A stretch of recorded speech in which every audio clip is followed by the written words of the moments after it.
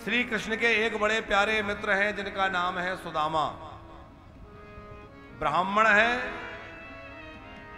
ब्रह्म ज्ञानी है और उस ज्ञान के अनुसार उनका आचरण भी है। ज्ञानी तो बहुत लोग होते हैं पर आचरण में नहीं होता, और जब तक आचरण में ना हो तब तक ज्ञान भी व्यर्थ है। सुदामा जी अकिंचन है, कभी किसी से कोई मांगते नहीं, अपनी ज्ञान का प्रयोग धन कमाने के लिए नहीं, भगवत प्रेम के लिए, भगवत भजन के लिए करते हैं।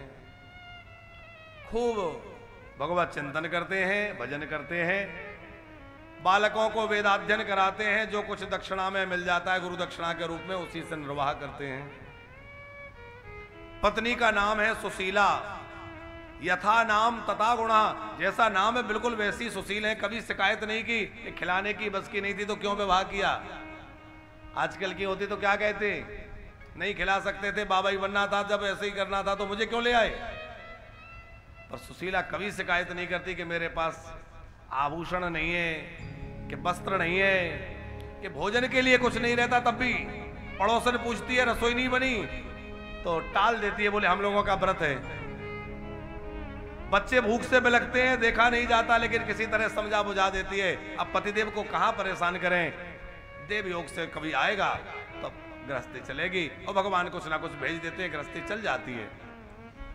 पर कभी कभी कुछ नहीं आता तो बच्चों का रुदन सुशीला को थोड़ा खलता है। सुशीला ने बहुत प्रेरित किया, आप अपने भगवान से द्वारिकानाथ से मिलने जाइए। क्या आपको मित्र से मिलने की आकांक्षा नहीं होती।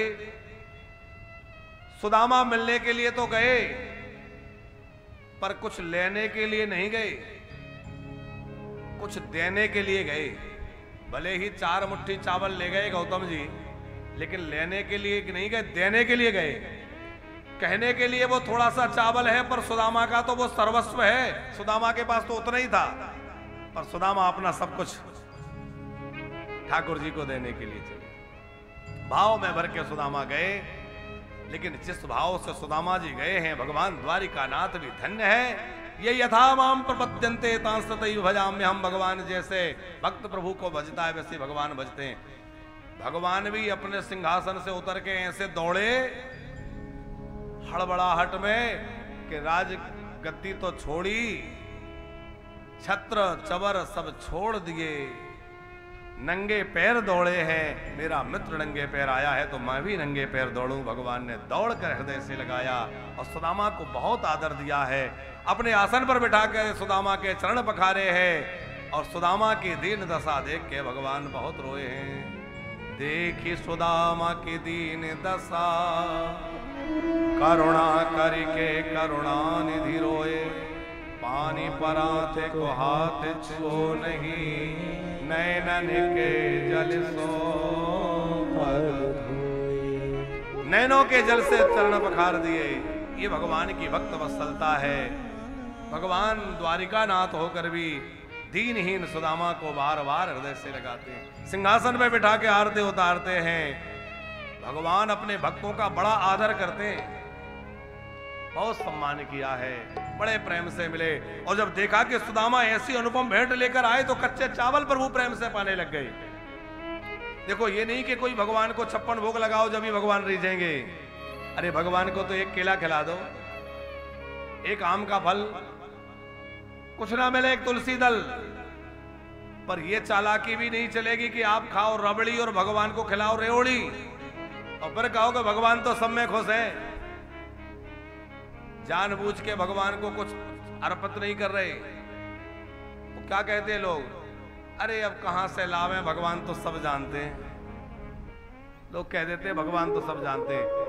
हमें हंसी आती है कि वास्तव में भगवान सब जानते हैं कि तुम कितने चालाक हो। वो तुम्हारी चालाकी को समझ रहे हैं। अपने लिए लाना हो तो 1000 रुपए किलो की मिठाई ढूंढोगे, बढ़िया से बढ़िया तुम्हारी दुकान में जो सबसे अच्छी मिठाई हो वो देना, मेहमान आने वाले। और भगवान की पूजा हो, सत्यनारायण कथा हो तो सूखे से पेड़े, फिर भगवान वैसे ही देते हैं, फिर क्यों रोते हो है? अरे जैसा तुमने दिया भगवान ने वैसे ही दिया।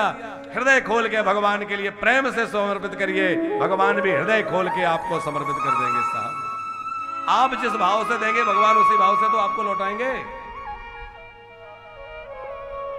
अब आप कहें कि सुदामा के सूखे चावल खा लिए, हमारे क्यों नहीं खाएंगे? अरे सुदामा के पास उतना ही था, हमारे पास भगवान ने खूब दिया है तो खूब अच्छा चढ़ाइए, और नहीं है तो जो है भगवान उसमें राजी है, तो जो हो वो प्रेम से चढ़ाइए। सुदामा जी और भगवान की बड़ी दिव्य मैत्री है। सुंदर प्रसंग सुदामा जी का सुखदेव जी ने सुनाया है। सुदामा जी लौट कर देखते हैं जहां मेरी टूटी सी झोपड़ी थी वहां तो महल खड़े हुए हैं, क्योंकि भगवान का देना भी निराला है और लेना भी निराला है। जब वो देता है तो छप्पर फाड़ के देता है। अद्भुत महल सुदामा के बन के तैयार हुए। भगवत प्रसाद मानकर सुदामा जी ने स्वीकार किया।